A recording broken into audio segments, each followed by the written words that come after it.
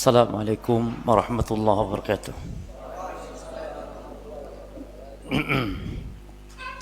Alhamdulillah rabbil alamin. Sallallahu wasallam wa baraka ala nabiyyina Muhammadin wa ala alihi wa ashabihi ajma'in, amma ba'd.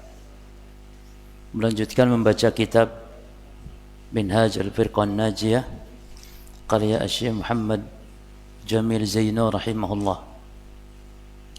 Di halaman 11, di poin yang ke-11, poinnya 11, halamannya 11. Pembahasan kita malam ini terkait bagaimana golongan yang selamat ahli sunnah wal jamaah di dalam mensikapi hukum-hukum selain dari hukum Allah, selain dari hukum Rasul, atau mensikapi undang-undang selain daripada undang-undang Allah, undang-undang Rasul dalam mengatur kehidupan manusia. Berkata muallif rahimahullah, al-firqatun najiyah tunkirul qawanina al-wad'iyyata allati hiya min wad'il bashar. Al-firqah an-najiyah, golongan yang selamat, yakni ahli sunnah wal jamaah, mengingkari al-qawanin, undang-undang al-wad'iyah. Al-wad'iyah itu undang-undang buatan. Hiya allati hiya min wad'il bashar, yang dibuat oleh manusia. Kenapa mengingkari? Limukhalafatiha hukm al-Islam, karena menyelisih hukum-hukum Islam. Ya, yang berhak untuk membuat undang-undang aturan manusia hidup di dunia itu siapa? Allah Subhanahu wa ta'ala. Dalam banyak ayatnya di dalam Quran, Allah memerintahkan kita untuk berhukum dengan hukum yang diturunkan oleh Allah. Misalnya di dalam surah Al-Maidah ayat 49. Surah Al-Maidah ayat 49 ini berkaitan tentang kewajiban kita berhukum dengan hukum yang diturunkan oleh Allah, undang-undang yang dibuat oleh Allah, karena hanya Allah yang berhak membuat undang-undang peraturan manusia. Jadi surat apa tadi? Al-Maidah 49, sekitar itu sudah. Juga ada ancaman dihukumi kafir, ancaman dihukumi zalim, ancaman dihukumi fasik. Nah, ini ada di dalam surah Al-Maidah juga, ayat yang ke-44, ayat yang ke-45, yang juga ke-47. Di ayat 44 Allah mengatakan, wa man lam yahkum bima anzalallah faulaika humul kafirun. Siapa yang tidak berhukum dengan hukum yang diturunkan Allah, maka dia kafir. Coba nanti kita rinci, bahasa nanti kita rinci insyaallah. Yang kedua, man lam yahkum bima anzalallah faulaika humudz zalimun. Ini Al-Maidah 45. Siapa yang berhukum dengan hukum yang tidak diturunkan Allah, maka dia zalim. Adapun yang fasik ayat 47-nya. Wa man lam yahkum bima anzalallah faulaika humul fasiqun. Jadi berhukum dengan hukum yang bukan diturunkan oleh Allah itu bisa kafir, bisa tidak kafir. Bisa kafir besar, kufur besar, bisa tidak, kufur kecil, dosa besar. Tapi nanti akan kita rinci. Kita baca dulu apa yang dijelaskan oleh muallif di sini. Wa tad'u, dan ahli sunnah wal jamaah, al-firqah an-najiyah, menyeru, mengajak, mendakwahkan ila tahkimi kitabillahi, untuk berhukum dengan kitabullah, alladzi anzalahu Allahu, yang Allah turunkan kitab tersebut, yaitu Al-Quran, li sa'adatil bashar fid dunya wal akhirah, untuk kebahagiaan manusia dunia dan akhirat. Ini orang kalau berhukum dengan hukum Islam akan bahagia hidupnya di dunia, bahagia hidupnya di akhirat. Sebaliknya, berhukum dengan hukum yang bukan hukum Islam akan sengsara di dunia. Artinya sengsara itu tidak akan mendapatkan kejayaan. bahkan akan mendapatkan keterpurukan. Ya. Dan kejayaan bukan dinilai materi cuma, karena orang kafir pun yang tidak berhukum dengan hukum Islam, dengan hukum Allah, kalau segi materi mungkin dapat, tapi kebahagiaan mereka tidak dapat. Ya. Ini sudah miskin nggak bahagia lagi, kan double. Kalau orang kafir lumayan, walaupun dia tidak bahagia, tapi kan kaya, lumayan enak, kaya, banyak harta. Tapi ini ndak, misalnya orang Islam namun tidak berhukum dengan hukum Islam, hidupnya ngenes, sengsara, miskin pula lagi. Di akhirat mendapat azab, naudzubillah. Makanya muallif mengatakan, wa tad'u ila tahkimi kitabillahi alladhi anzalahu Allahu li sa'adatil bashar fid dunya wal akhirah. Ahli sunnah wal jamaah menyeru manusia untuk berhukum dengan hukum kitabullah yang Allah turunkan untuk kebahagiaan manusia di dunia wal akhirah. Wa huwa, karena Allah a'lamu subhanahu wa ta'ala bima yasluhu lahum, karena Allah subhanahu wa ta'ala lebih mengetahui. Ya, Allah yang membuat undang-undang itu, Allah yang lebih tahu tentang kondisi kehidupan manusia, bagaimana manusia agar bahagia. Ya, maka yang harus membuat undang-undang ya memang Allah, karena Allah yang menciptakan kita, Allah yang telah memberikan kehidupan kita di dunia ini, maka Allah yang membuat undang-undangnya.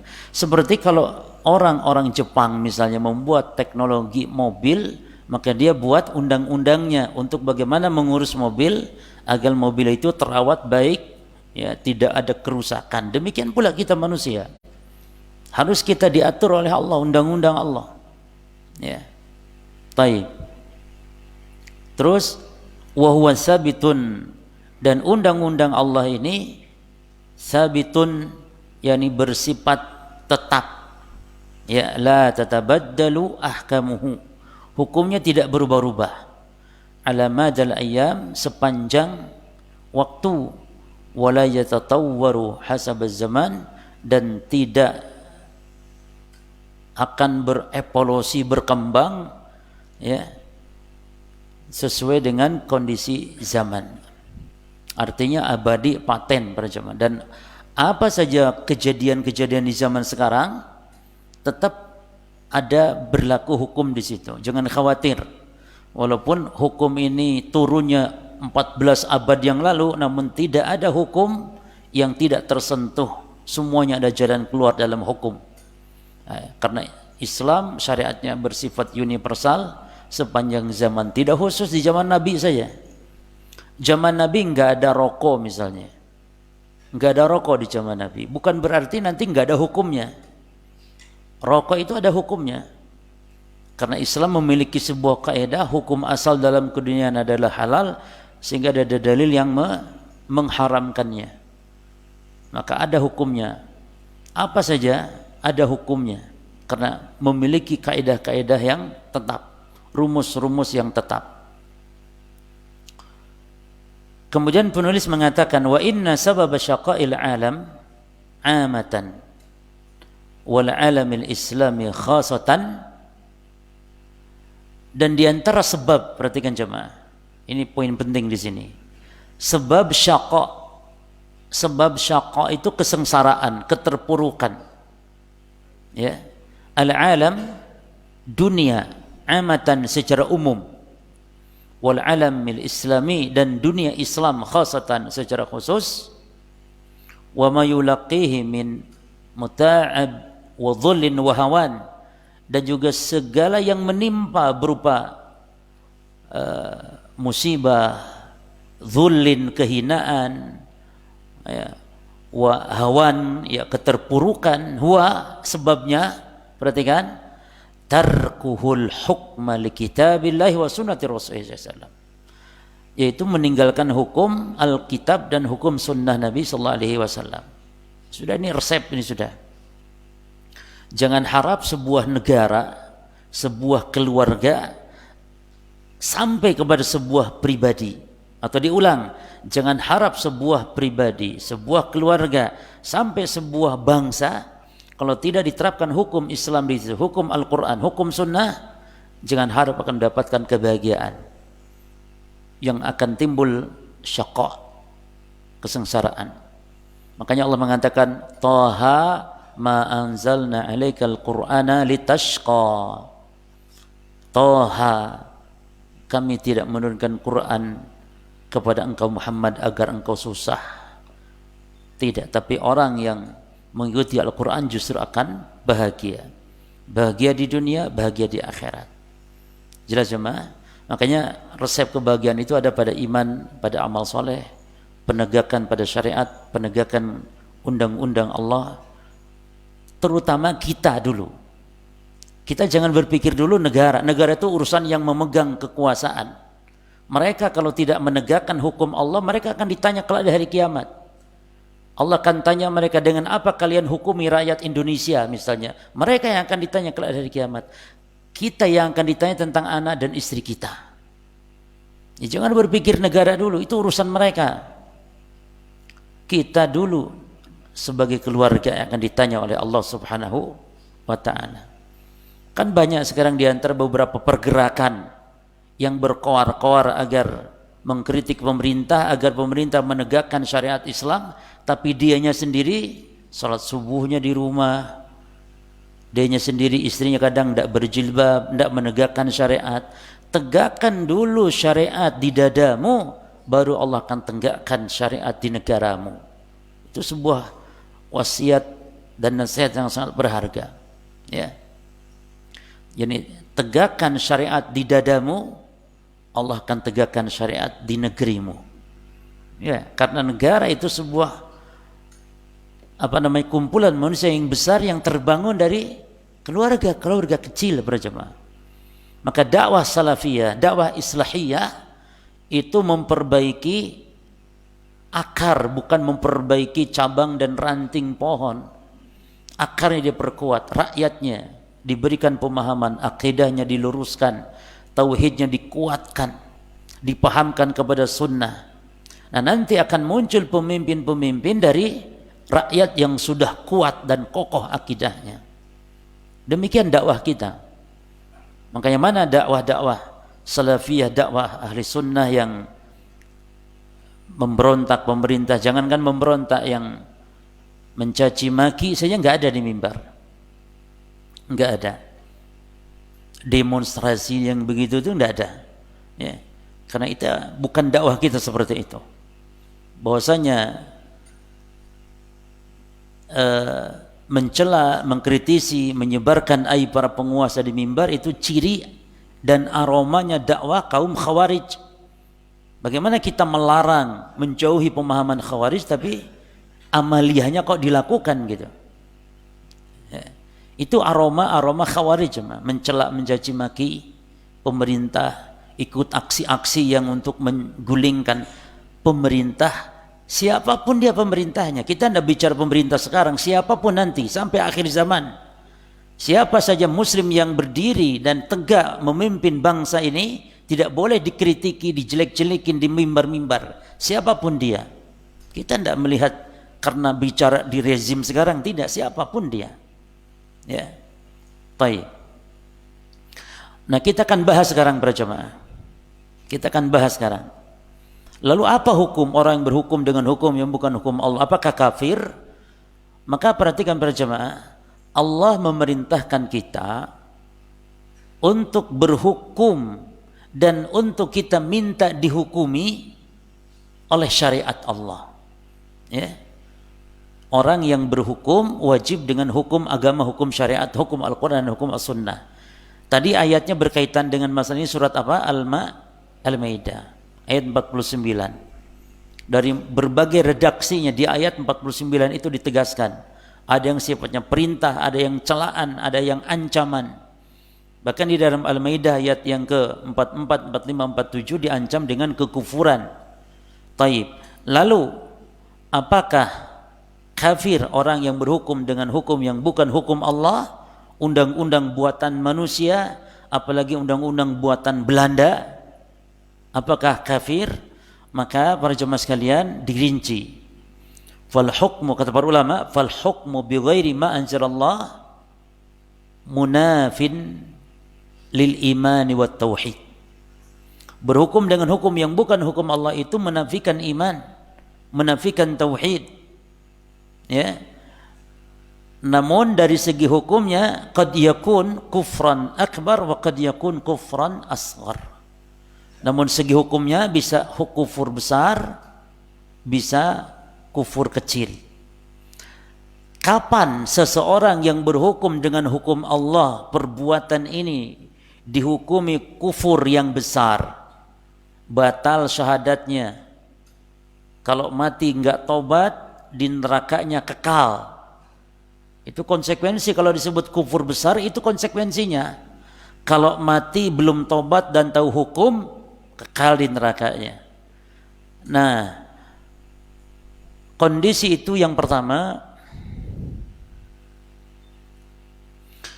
man syara'a ghaira ma anzalallahu ta'ala. Ya. Yang pertama, orang yang membuat undang-undang manusia, membuat undang-undang aturan manusia yang dia tidak berdasarkan Al-Quran atau apa yang diturunkan oleh Allah. Dari sisi mana dia dikufurkan? Kenapa dikafirkan? Dari sisi menyekutukan Allah dalam hal tasyri', dalam hal pembuatan undang-undang. Di dalam surah Syura ayat 21, hak tasyri', pembuatan undang-undang hanyalah Allah semata. Makhluk yang menyerupai Allah di dalam poin ini syirik, menyekutukan Allah. Allah mengatakan am lahum syuraka'u syara'u lahum minad din ma lam ya'dzan bihillah. Apakah mereka berbuat syirik, kata Allah, berbuat syirik dengan syara'u lahum minad din, dengan membuat syariat-syariat agama malam ya'dzan bihillah, yang tidak diizinkan Allah. Berarti membuat tandingan di sini jemaah, membuat syariat. Nah, pembuat inilah kufur, ya, karena menandingi Allah.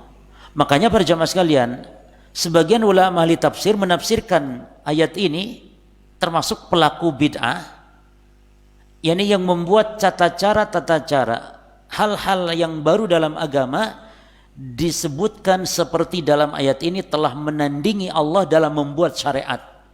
Betul tidak? Orang yang berbuat bid'ah, mengada-ada dalam agama. Makanya terjemahan dan tafsir am lahum syuraka'u syara'u lahum minad din ay yabtadi'u, apakah mereka berbuat syirik dengan membuat tata cara syariat-syariat, yakni membuat hal yang baru dalam agama. Maka dari sisi ini rahasianya para jemaah, kenapa bid'ah itu kok berat dosanya? Bid'ah itu dengan kekufuran, dengan kesyirikan itu sedikit sekali. Makanya ada bid'ah yang membuat orang itu kufur, keluar dari Islam dengan sebab kebid'ahannya.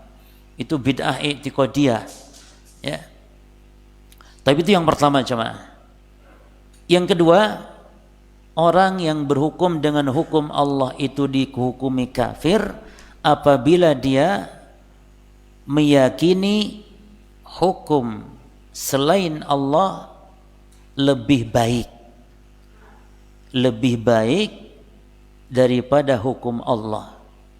Kenapa lebih baik? Karena hukum Allah sudah kadaluarsa, karena hukum Allah sudah tidak relevan, karena hukum Allah itu zaman kadrun misalnya, gak cocok. Itu kadrun, itu kadal gurun, dibuang saja. Kufur ini, kufur. Allah mengatakan di dalam Al-Maidah 50, afa hukmal jahiliyah yabghun, apakah hukum jahiliyah yang mereka mau?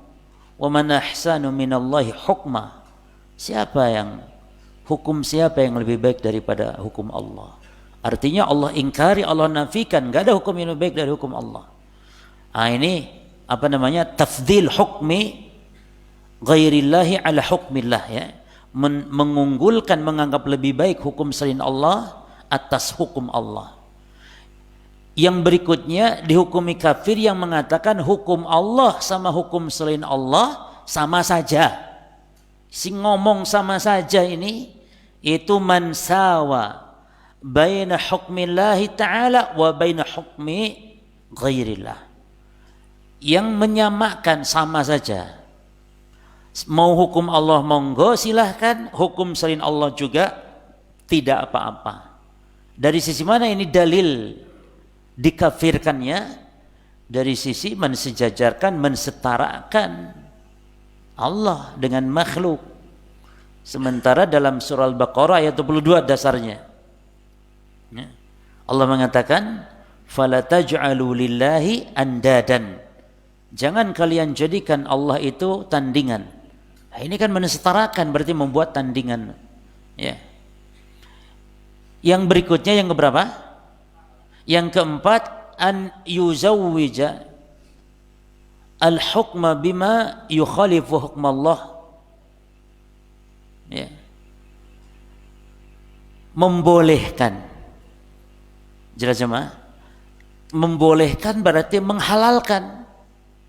Menghalalkan berhukum dengan hukum selain Allah walaupun dia berhukum dengan hukum Allah. Awas.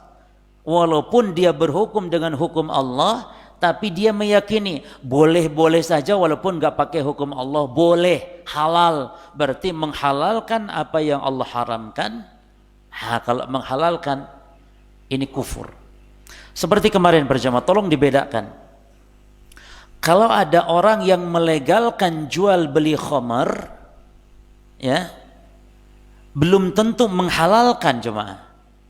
Beda dengan menghalalkan walaupun dia tidak minum khamar.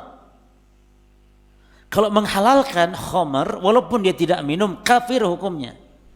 Tapi kalau dia jual beli khamar, melegalkan maknanya jual beli.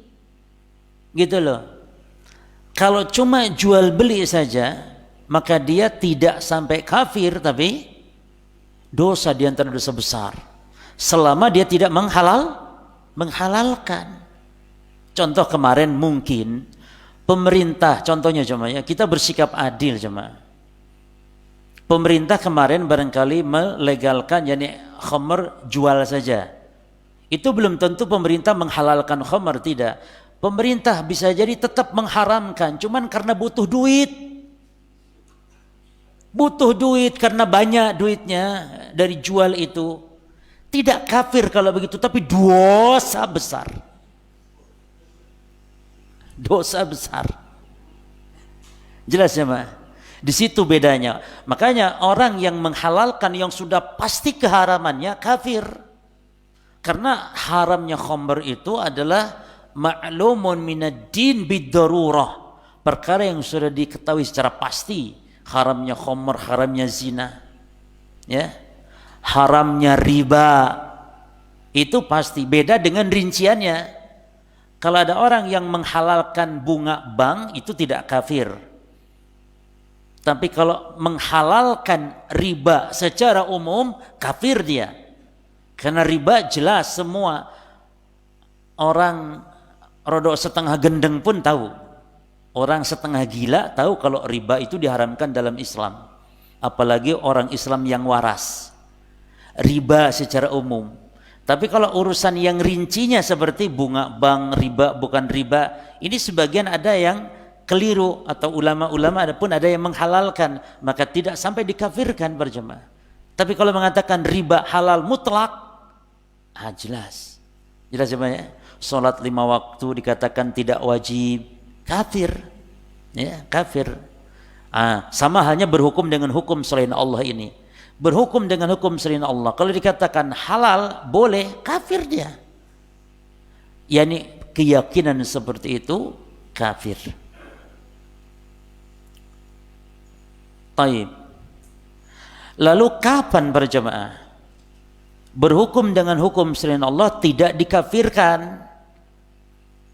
Istilahnya kufur kecil. Kapan itu? Bukan kufur besar. Kapan? Idza hakamal hakim bi ghairi ma anzalallah li hawa fi nafsihi atau tam'an fi malin wa nahwih. Jadi berhukum dengan hukum selain Allah itu karena hawa nafsu atau karena kecenderungan kepada harta, pangkat, jabatan, sambil meyakini kalau ini adalah salah, hukum Allah yang benar, namun dia lakukan karena duit. Duit lagi, memang duit, mabuk duit, saudara. Jelas jemaah ya?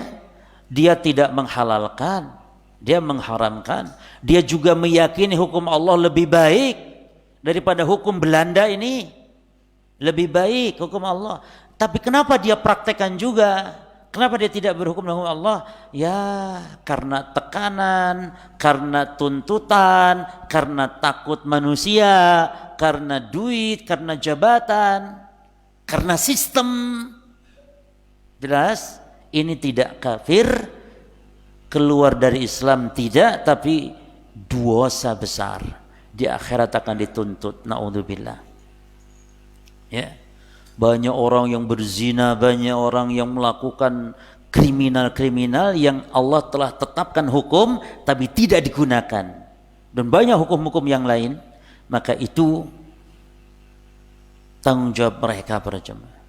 Makanya para jemaah sekalian, kalau di Indonesia misalnya ada orang berzina lalu tidak ketangkap, ya sudah, tidak usah lapor, cukup bertobat kepada Allah, karena mereka pun tidak menegakkan hukuman had bagi pezina, gitu.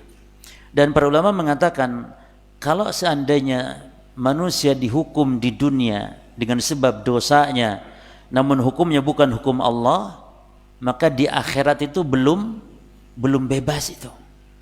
Beda dengan yang ditegakkan hukum Allah di dunia. Maka indahnya hukum Islam, ketika seorang berbuat dosa lalu dihukum di dunia dengan hukuman had, ini di akhirat menjadi kafarah. Menjadi kafarat jemaah. Pembunuh misalnya di penjara tok, itu di akhirat tidak akan menghilangkan hak. Tetap akan dituntut, karena hukuman had bagi pembunuh bukan penjara, tapi apa? Dihukum mati. Atau pemaafan dari keluarga korban. Atau yang ketiga, bayar diat. 3 saja. Imma dihukum mati, atau dimaafkan, atau bayar diat. Tinggal pilih yang mana itu. Kalau tegak itu di dunia, di akhirat bebas. Sebagian ulama bahkan kalau cuman bayar diat di akhirat, hak bagi yang korban akan tetap dituntut, kata sebagian ulama. Bagaimana pula kalau cuman penjara jemaah? Maka hati-hati. Kita di negara yang tidak menegakkan syariat Islam ini hati-hati, jangan sampai berbuat tindak kriminal karena hukuman di dunia tidak akan menggantikan di akhirat. Ya. Tapi beda yang dihukum rajam, yang dicambuk, itu di akhirat jadi kafarat karena tegak hukum di dunia. Tegak hukum di dunia. Ini indahnya syariat Islam. Indahnya syariat Islam ditegakkan hukum-hukum seperti ini ditegakkan jemaah. Yang pertama, membuat takut manusia untuk berbuat maksiat. Yang kedua, menjadi kafarat, menjadi penggugur dosa dia untuk dituntut di akhirat kelak. Ya. Dan juga imtithal, melakukan perintah Allah dan Rasul. Kutiba alaikumul qisas, kan begitu kata Allah. Diwajibkan atas kalian qisas. Jelas ya? Jadi rinci. Tidak boleh langsung pemerintah Indonesia togut, kafir, enggak boleh. Itu urusan masalah itu serahkan kepada tergantung keyakinannya, tergantung kondisinya. Jelas ya? Maka kalau ada sekelompok orang atau golongan yang memvonis rata satu kafir, ya, pemerintah taugut, kalau sudah sering kata-kata taugut dilontarkan ke pemerintah, itu diantara aroma aliran sesat. Gus ngonai supaya antum ndak bingung. Bukan berarti nggak boleh bicara taugut jemaah. Taugut itu bukan hanya pemerintah yang tidak berhukum dengan hukum Allah. Taugut itu banyak. Berbuat syirik, ya, kesyirikan, itulah jalan taugut. Taugut yang itu malah banyak menyebar di negeri kita. Kenapa togut kok diarahkan kepada satu saja, yaitu pemerintah yang tidak berhukum dengan hukum Islam? Lah terus togut-togut yang lain, syaitan, dukun, naudzubillah min dzalik, itu dukun itu togut itu. Jadi arti togut itu jangan dipersempit. Beda dengan sekelompok golongan mempersempit makna tagut hanya pemerintah yang tidak berguna hukum Allah. Itu pun butuh rincian, tapi mereka jadikan satu vonis kafir, kafir, fir. Yes. Tidak mau lagi yang lain. Kalau sudah kafir, halal darahnya, boleh dibunuh. Maka mereka selalu serang aparat. Ya. Taib. Nah, ini dakwah kita seperti ini, kita nggak dibayar jemaah. Katanya Wahabi per bulan 20 juta, enak, saya pengen daftar itu kalau ada itu. Gajinya kata 20, berapa, 2.000 dolar, bisa poligami jemaah. Dari dulu takut itu, anda punya modalnya, poligami itu butuh dana banyak. Itu kalau ada Ustadz Wahabi yang digaji, saya mau daftar itu. Supaya digaji segitu enggak apa-apa. Ya. Kan enggak ada, memang dia fitnah saja. Enggak ada fitnah. Ya.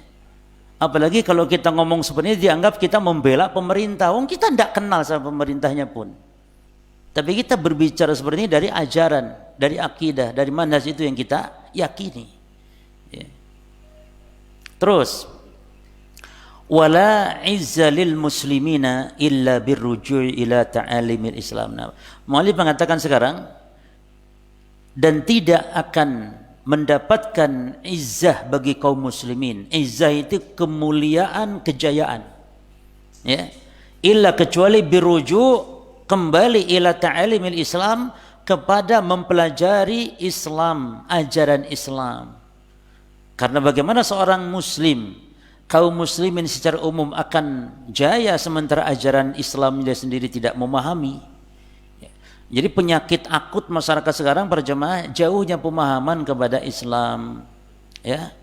Baik afradan wa jamaatin wa hukumatin. Perhatikan di sini, baik secara pribadi ataupun secara jamaah. Jamaah itu yakni komunitas lah, kelompok lah. Wa hukumatin atau sifatnya pemerintahan. Jadi menurut kita ahli sunnah wal jamaah salafi firqah najiyah, pemerintah juga ngaji. Jadi ngaji itu harus sifatnya rakyat yang ngaji, pejabat ngaji, semua itu harus ngaji supaya paham ajaran Islam. Karena akan keterpurukan yang akan didapatkan ketika dia jauh dari ajaran. Dan bagaimana tahu ajaran kalau tidak ngaji? Dan ini amalan biqaulihi ta'ala, sebagai bentuk pengamalan dari firman Allah. Allah mengatakan innallaha la yughayyiru ma biqaumin hatta yughayyiru ma bi anfusihim. Sesungguhnya Allah tidak akan merubah satu kaum sehingga kaum itu merubah diri mereka sendiri. Artinya kita harus bangkit merubah diri kita dengan cara belajar, itu maknanya. Ya, jadi di poin ini yang bisa kita ambil pelajaran bahwa kemuliaan hanya ada pada ilmu agama, memahami agama jemaah. Nabi mengatakan man yuridillahu bihi khairan yufaqihu fid din. Belajar dan belajar dan belajar terus. Belajar. Di Saudi Arabia itu jemaah ya, orang sudah doktor kuliah agama itu masih ngaji di majelis-majelis masyayikh. Doktor pada gelarnya, sudah lulus. Jadi mentang-mentang sudah lulus sudah ngaji, tetap di masjid-masjid ngaji. Dan walhamdulillah kalau di Saudi Arabia masjid-masjid itu penuh dengan halaqah-halaqah ilmu. Seperti alhamdulillah ini, kalau di kita ya alhamdulillah beberapa masjid-masjid sunnah ya itu mendirikan kajian-kajian seperti ini, alhamdulillah. Kalau memang tidak boleh hanya di pesantren-pesantren saja, ilmu harus disebarkan di masjid-masjid kaum muslimin. Makmurkan masjid dengan ilmu seperti ini, dengan cahaya-cahaya ilmu seperti ini. Bukan dengan ritual-ritual perayaan-perayaan tahunan saja. Masjid ramai kalau maulid Nabi saja. Ramai kalau apa perayaan, la. Dengan ilmu para jemaah. Ya. Karena ilmu menyelamatkan seorang dunia akhirat. Sebuah gubahan syair yang sangat indah tentang kemuliaan orang ada pada ilmu. Perhatikan disebutkan mal fakhru illa li ahli ilm. Tidak ada kemuliaan kecuali bagi ahli ilmu. Innahum 'alal huda liman ihtada adillau. Mereka pemandu jalan hidayah bagi pencarinya. Wa qadru kulli imri'in makana yuhsinuhu. Nilai setiap orang tergantung apa yang dia tekuni, yang dia jalani. Wal jahiluna li ahli ilmi a'da'u. Saya ulangi, wal jahiluna li ahli ilmi a'da'u. Sedangkan orang-orang jahil maka terhadap orang berilmu akan memusuhi. Orang bodoh itu pasti akan memusuhi orang-orang yang berilmu. Lihat, kalau orang itu jahil bodoh dikasih tahu malah memusuhi, malah marah-marah, malah caci maki. Inilah kata penyair, wal jahiluna li ahli ilmi a'da'u. Baik. Terus wal poin yang ke-12 para jemaah. Mu'allif berbicara tentang jihad, tentang Palestina juga sekarang. Menunjukkan bahwa ahli sunnah ya bagaimana berprinsip dalam jihad. Beliau mengatakan wal firqatun najiyah tad'ul muslimina jami'an ila al-jihad fi sabilillah wa huwa wajibun ala kulli muslimin hasba taqatihi wa istita'atihi wa yakunul jihadu bima yali. Al-firqah najiyah menyeru, Ahlussunnah wal Jamaah menyeru al-muslimina, kaum muslimin jami'an seluruhnya, ilal jihad fi sabilillah, untuk berjihad di jalan Allah. Enggak ada kita katanya dituduh anti jihad. Siapa? Tidak. Jihad syariat Islam. Namun jihad itu jemaah tolong perhatikan, jihad itu bukan tujuan. Jihad itu sarana supaya tegaknya agama ini, supaya tauhid tegak di muka bumi. Dan tegak tauhid tidak harus dengan jihad, bisa dengan belajar ilmu seperti ini. Bahkan belajar ilmu seperti ini itu jihad. Makanya mereka yang hanya pahamnya jihad itu perang saja, ini keliru. Justru mereka jahil terhadap hakikat jihad. Jihad itu bukan sekedar manggul senjata jemaah. Antum Masya Allah di tahfidz, di pondok tahfidz ini jihad dengan kolam antum, jihad dengan hafalan-hafalan antum. Karena dengan itu tegak agama Allah. Bahkan bisa jadi jihad seperti para penuntut ilmu ini lebih besar, lebih dahsyat manfaatnya di zaman sekarang daripada jihad melawan orang kafir. Jadi jihad bukan tujuan, jihad sarana. Makanya penulis mengatakan di sini, jihad itu nanti ada jihad bil lisani wal qalam. Ada jihad dengan lisan, membantah hujah-hujah, membantah kesesatan penyimpangan ahli bid'ah, itu jihad. Ya. Maka penulis mengatakan, wa huwa wajibun ala kulli muslimin, dan jihad ini wajib atas setiap muslim, hasba taqatihi wa istita'atihi, sesuai kemampuan, sesuai dengan kesanggupannya. Wa yakunul jihadu bima yali, dan jihad itu bisa dengan beberapa poin berikut ini. Yang pertama, al-jihadu bil lisani wal qalam, jihad dengan lisan dan pena. Jihadnya siapa ini? Para penuntut ilmu, ya. Makanya kata ulama, di antaranya Imam Ibnul Qayyim mengatakan bahwa jihad, kata beliau, al-jihadu nau'aini, jihad itu dua macam. Jihadun bil yadi was sinan, jihad dengan tangan dan senjata. Wahadal musyarik fihi kathir, dan jihad dengan senjata ini banyak yang ikutnya. Orang bodoh pun boleh ikut, pemabuk juga boleh ikut jihad yang ini nih. Pemabuk jemaah, pezina, tukang zina, pelaku maksiat pun jihad yang ini nih, yang pakai senjata boleh ikut. Boleh ikut. Wahadal musyarik fihi kathir, ini banyak yang ikutnya, jihad yang pertama ini. Adapun wathani, yang kedua, ini jihad enggak sembarang orang, yaitu al-jihad bil hujjati wal bayan, jihad dengan hujjah, jihad dengan ilmu. Wa hada jihadul khasah, ini jihad khusus, yaitu min al-ulama, wa huwa jihadul a'immah, jihadnya ulama. Bukan jihad orang awam. Orang awam diam, enggak boleh, haram orang awam ikut jihad di poin ini.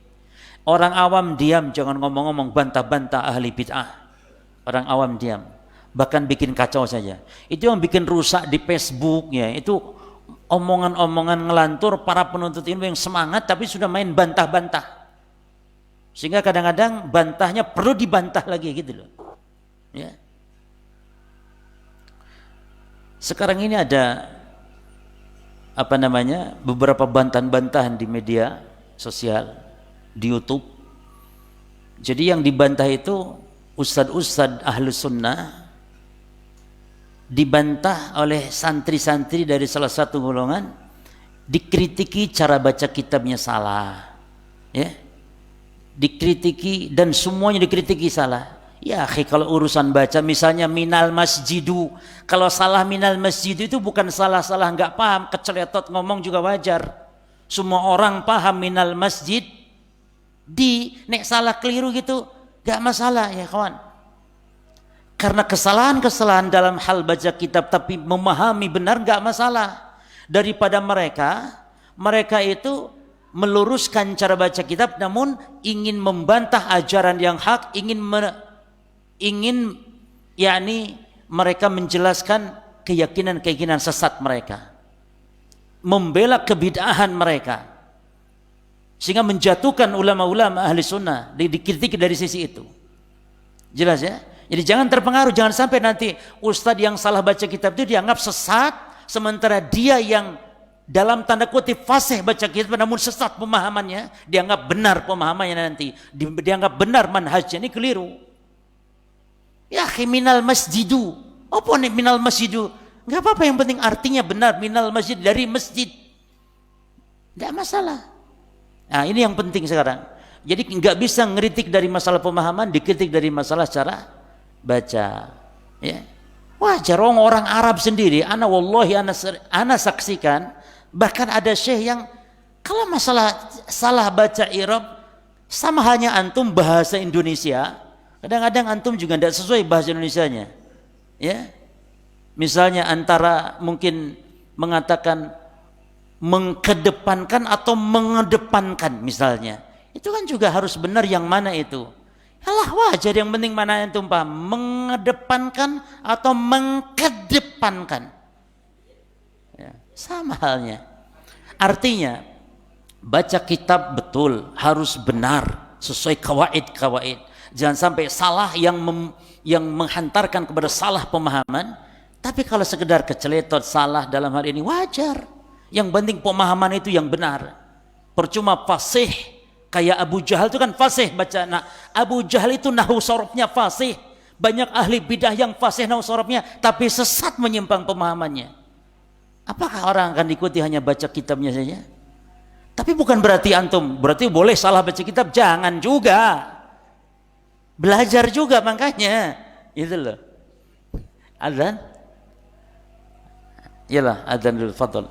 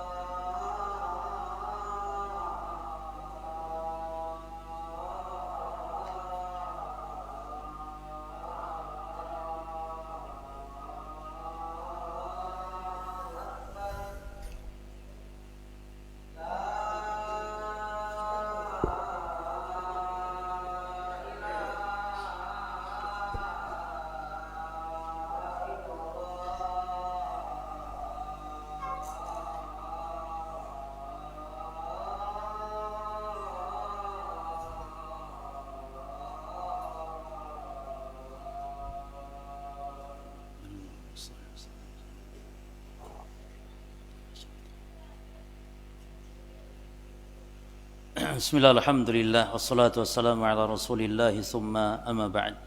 Ikhwani fi din wa akhwati fillah, rahimani wa rahimakumullah. Maka jihad itu ada 4 macam jihad. Yang pertama jihad bin nafs atau jihad melawan hawa nafsu. Jadi ini Imam Ibnu Qayyim dalam kitab Zadul Ma'ad menyebutkan macam-macam jihad ya. Pertama jihadun nafsi. Jihadun nafsi.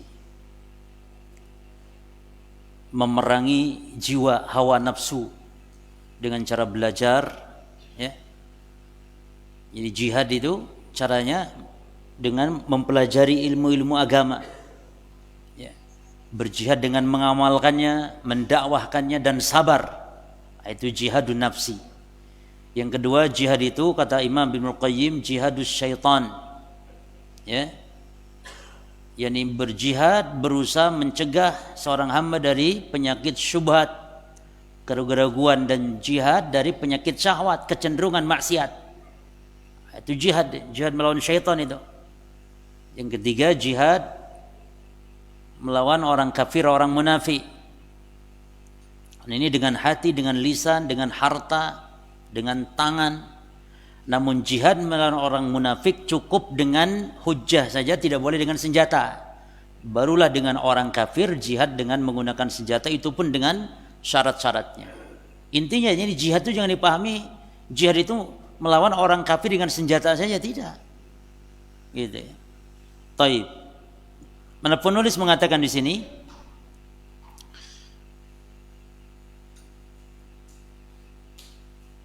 kata beliau wal jihad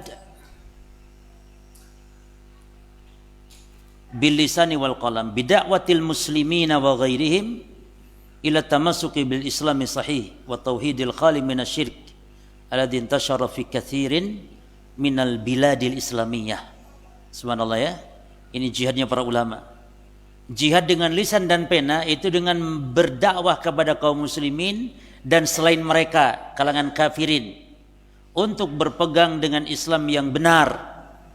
Jadi dakwah itu bukan mengajak asal masuk Islam, tapi arahkan kepada Islam yang benar. Ada orang Nasrani ingin masuk Islam.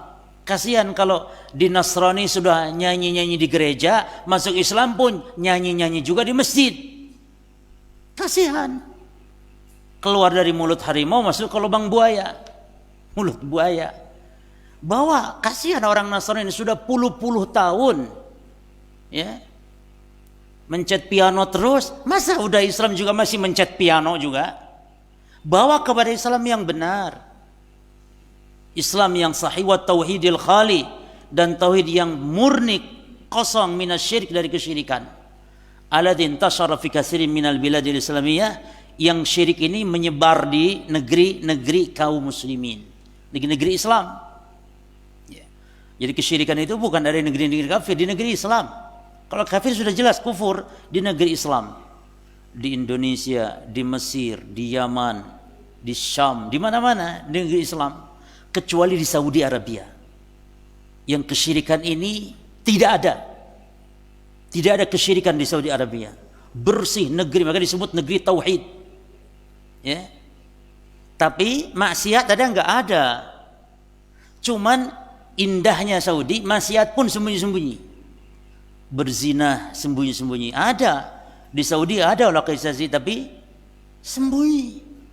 Tidak terang-terangan seperti kita, diiklankan. Monggo sekian semalam sekian. Ya. Dan itu juga berkah. Ketika maksiat sembunyi-sembunyi, bukan berkah, maksud maksiat berkah, meredam azab, turunnya azab. Maka lihat, ketika belahan negeri banyak di dunia ini, banyak sekali yakni keterpurukan, bencana-bencana. Di Saudi paling sedikit bencana, bahkan mungkin tidak ada hampir ya. Nah, kecuali fitnah-fitnah yang dilancarkan oleh orang-orang yang memusuhi negara Saudi Arabia. Taib ya. Waladhi akhbaru anhu rasulu alaihi sallallahu alaihi wasallam bi annahu sayaqa'u bainal muslimin. Yang mana kesyirikan ini, perhatikan jemaah, telah dikabarkan tentangnya oleh Rasul bahwa kesyirikan, kekufuran ini akan terjadi di tengah-tengah kaum muslimin. Faqala, Nabi Muhammad SAW bersabda, la taqumus sa'atu, tidak tegak kiamat hatta talhaqa. Ya. Kalau ada ustadz yang salah baca hatta talhaqu barangkali, jangan dianggap bodoh, sudahlah, itu salah keceletot tulisannya. Kan hatta itu menasobkan fiil mudhari, hatta talhaqa. Kalau ada ustaz salah baca hatta talhaqu, mungkin dianya lagi mikir istrinya, mungkin dimarah-marahin istrinya sehingga bacanya menjadi hatta tal. Lalu jangan disalahkan pemahamannya. Kan begitu. Jadi kalau hatta talhaqa karena ada hatta. Ketika ada ustaz baca hatta talhaqu, ya maafkan sajalah. Ya. Jangan sampai dikritik ininya lalu seolah-olah ajarannya salah. Yang benar ustadz yang mengkritik ini walaupun ahli bid'ah, ingin melegalkan bid'ahnya dengan cara itu. Ya. Hatta talhaqa qabailu min ummati bil musyrikin. Tidak tegak kiamat sehingga kabilah dari umatku talhaqa bil musyrikin, mengikuti orang-orang musyrik, wa hatta ta'budu qabailu min ummatil ausan, dan sehingga kabilah dari umatku nyembah berhala. Akan terjadi di tengah-tengah umat ini. Ya. Maka para jemaah harus waspada dengan yang namanya kesyirikan ini. Kemudian mu'alif menjelaskan yang kedua, al jihad bil mal, jihad dengan harta. Wa yakunu, jihad dengan harta ini 3 contohnya di sini. Yang pertama, wa yakun bil infaq ala nashril Islam wa tab'il kutub ad-da'iyah ilaihi ala wajhi sahih. Yang pertama dengan cara infak, yakni membelanjakan harta demi nyebarnya Islam. Dengan bitab'il kutub, ini contoh. Ini sebenarnya bukan definisi, ini contoh saja. Dengan mencetak kitab-kitab ad-da'iyah, yang kitab itu menyeru mengajak ilai kepada Islam ala wajhi sahih, dengan cara yang benar. Nah, ini makanya para konglomerat atau orang yang diberi kelebihan rezeki dakwah. Bukan kewajiban ustaz saja dakwah, kewajiban santri saja, enggak. Kewajiban setiap Islam dengan posisi masing-masing, ya. Yang kedua, wa yakun bit tauzi'il mal, dan juga dengan apa? Jihad dengan harta ini dengan tauzi'il mal, membagi-bagikan harta alal muallafah, kepada yang dijinakkan, dilunakkan qulubihim, hati-hati mereka, min du'afa'il muslimina litasbitihim, bagi kaum muslimin yang du'afa, ya, yang miskin, yang lemah ekonominya, untuk menguatkan iman. Jangan sampai nanti orang kafir datang ngasih Indomie sebungkus langsung pindah agama, jemaah. Maka yang kaya itu ya bukan cari-cari orang itu yang sekedar yang fakir, yang miskin, enggak. Lebih perhatikan juga ini yang sudah akidahnya kuat supaya tetap di atas akidahnya yang lurus. Ya. Yang keberapa? Yang ketiga contohnya wayakun, jihad dengan harta, contohnya wayakun bitasni'in wasyira'il aslihah, dengan cara tasni', dengan membuat ya, memproduksi itu, atau syira', membeli al-aslihah, senjata. Ya, ini tentu yang berhak membeli senjata siapa? Para penguasa, pemimpin kaum muslimin. Wal mi'adati lil mujahidin, atau perlawanan perang bagi para mujahid, wa mayulzimuhum min ta'amin wa kisain wa ghairi dzalik, atau yang membuat atau menjadi kebutuhan mereka berupa makanan, pakaian dan semisal. Intinya jihad dengan harta itu tadi berkaitan dengan nyebarnya agama, ilmu, buku-buku, kitab-kitab, atau senjata-senjata bagi peperangan, atau imannya umat Islam yang ekonomi lemah, perkuat dengan harta, kenyangkan mereka. Kenyangkan para jemaah. Jangan sampai nanti misionaris yang datang cuman sebungkus Indomie loh jemaah, padahal cuman kok bisa langsung dibaptis pindah agama gitu. Cuman sebungkus. Tapi kalau gitu ya antum umat Islam yang kuat, datangi orang-orang miskin. Kita sempat ke Tolikara jemaah. Dari Wamena itu ke Wamena itu, dari Jayapura ke Wamena itu jemaah Tidak ada jalan lain kecuali harus pesawat. Nggak ada jalan lain. Kecuali gunung, bebatuan yang sulit kita, pesawat. Pesawatnya pun ditimbang. Yang ditimbang bukan barangnya, badan antum pun ditimbang karena pesawatnya kecil. Dari Wamena ke situ jemaah sekitar 4 jam ke Tolikara. Itu nyewa mobil yang kuat ke gunung-gunung itu jemaah ya. Itu nyewanya jemaah PP 4 jam perjalanan, PP pulang pergi nyewanya 10 juta ongkos taksinya. 10 juta loh jemaah. Wong saya makan sama Ustaz Wujud 10 orang itu 1 juta 10 orang. Jadi di Wamena itu serba mahal. Semen pernah 2 juta satu sak. Karena semua harus ditarik pakai apa? Pesawat. Apa saja ditarik pakai pesawat. Kadang pesawat pemerintah atau pesawat negara itu kalau nari-nari barang seperti itu. Maka dijatah, solar, bensin itu dijatah di Wamena itu. Nah dari situ saya sudah bangga. Wah saya ke pelosoknya. Saya tanya di situ, Muslim di sini cuma sampai mana? Ya ini sudah di sini tok Muslim. Ya sudah. Ke situ nggak ada lagi Muslim di sana. Ke lebih pelosok lagi. Ternyata ikhwan, saya sudah merasa bangga sudah paling pelosok. Ternyata dari situ, dari lebih pelosok baru pada datang misionaris Kristen dari Australia dengan peralatan lengkap. Jadi mereka sudah lebih dulu jauh ke pelosok lagi daripada kita umat Islam. Dengan peralatan lengkap. Buat duit sebanyak-banyak. Ya. Makanya artinya apa? Lebih gigih lagi mereka itu jemaah ternyata daripada kita umat Islam.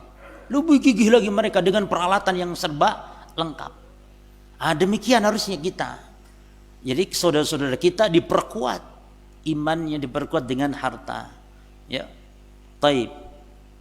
Kemudian yang ketiga al-jihadu bin nafsi, jihad dengan jiwa, yaitu apa? Wa yakun bil qital, dengan perang, wal ishtirak fil ma'arik, dan bergabung dengan para prajurit di peperangan, linusratil Islam, untuk membela Islam, walitakun kalimatullahi al-ulya, dan agar kalimat Allah yang tinggi, wa kalimatul ladzina kafaru, dan kalimat orang-orang kafir hiya sufla, dia rendah. Waqad asyara Rasulul Karimu ila hadil anwa, dan Nabi telah mengisyaratkan perang dengan 3 jenis ini. Perang dengan ilmu, perang dengan lisan, perang dengan harta, dan dengan jiwa. Kata Nabi, jahidul musyrikin, perangilah orang-orang musyrik, bi amwalikum, dengan harta kalian, wa anfusikum, dan jiwa kalian, wa alsinatikum, dan dengan lisan-lisan kalian. Baik. Nah nanti insyaallah di pertemuan yang akan datang kita akan bahas tentang hukum jihad. Ada yang fardu ain, ada yang fardu kifayah. Kapan jihad fardu ain, kapan jihad fardu kifayah. Hukum asal jihad fardu kifayah, tapi jihad berubah menjadi fardu ain pada posisi-posisi tertentu. Dan jihad nanti ada 2 macam. Ada jihad dafa', jihad membela diri. Ada jihad tolab, jihad untuk menyerang, membuka. Nah, ini nanti ada persyaratan-persyaratan khusus supaya tidak salah kaprah kaum muslimin tentang masalah jihad ini. Jangan semodal semangat saja jihad tapi hakikatnya tidak paham. Wallahu taala alam, wa sallallahu nabiyana Muhammadin summa subhanakallahumma bihamdika asyhadu an la ilaha illa anta astaghfiruka wa atubu ilaik. Wassalamu alaikum warahmatullahi wabarakatuh.